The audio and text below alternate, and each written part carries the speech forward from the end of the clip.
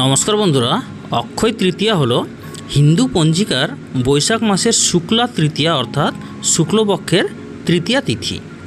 এটি হিন্দু ও জৈন ধর্মাবলম্বীদের কাছে একটি বিশেষ তাৎপর্যপূর্ণ তিথি। এই শুভ দিনে বিষ্ণুর ষষ্ঠ অবতার পরশুরাম জন্মগ্রহণ নিয়েছিলেন। এই জন্য এই দিনটি পরশুরাম জয়ন্তী হিসেবেও পালন করা হয়ে থাকে। বেদব্যাস ও গণেশ এই দিনে মহাভারত রচনা আরম্ভ করেন। এদিনই সত্যযুগ শেষ হয়ে ত্রেতা যুগের সূচনা হয়। এদিনে রাজা ভগীরথ গঙ্গা দেবীকে মর্তে নিয়ে এসেছিলেন। এদিনেই কুবেরের তপস্যায় তুষ্ট হয়ে মহাদেব তাকে অতুল ঐশ্বর্য প্রদান করেন। কুবেরের এই দিন লক্ষ্মীলাভ হয়েছিল বলে এদিন বৈভব লক্ষ্মীর পুজো করা হয়ে থাকে।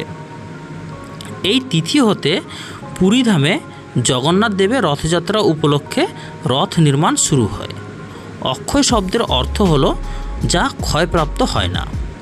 বৈদিক বিশ্বাস অনুসারে এই পবিত্র তিথিতে কোনো শুভ কার্য সম্পন্ন হলে তা অনন্তকাল অক্ষয় হয়ে থাকে।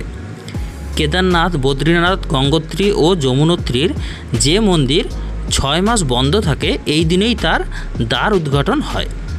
দ্বার খুললেই দেখা যায় সেই অক্ষয় দ্বীপ যা 6 মাস আগে জ্বালিয়ে আসা হয়েছিল। আধুনিককালে এই তিথিতে সোনার বা রূপার গয়না কেনা হয়। মনে করা হয় এই শুভ তিথিতে রত্ন বা জিনিসপত্র কিনলে গৃহে শুভ যোগ হবে, সুখ শান্তি ও সম্পদ বৃদ্ধি হবে।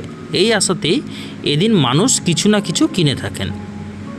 সংস্কৃত ভাষায় অক্ষয় শব্দটি অবিনশ্বর, ক্ষয় নাই যাহার, সমৃদ্ধি, প্রত্যাশা, আনন্দ, সাফল্য, তৃপ্ত এবং তৃতীয়া শব্দের অর্থ চাঁদের তৃতীয় দিন। হিন্দু পঞ্জিকায় বৈশাখ মাসের তৃতীয় চন্দ্রদিনের নামানুসারে এই অক্ষয় তৃতীয়া নামকরণ করা হয়।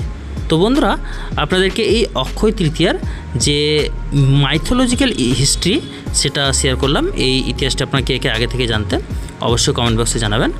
আর এই অক্ষয় তৃতীয়ার পৌরাণিক ইতিহাসটা যদি ভালো লেগে থাকে অবশ্যই বন্ধুদের সাথে শেয়ার করবেন। ধন্যবাদ।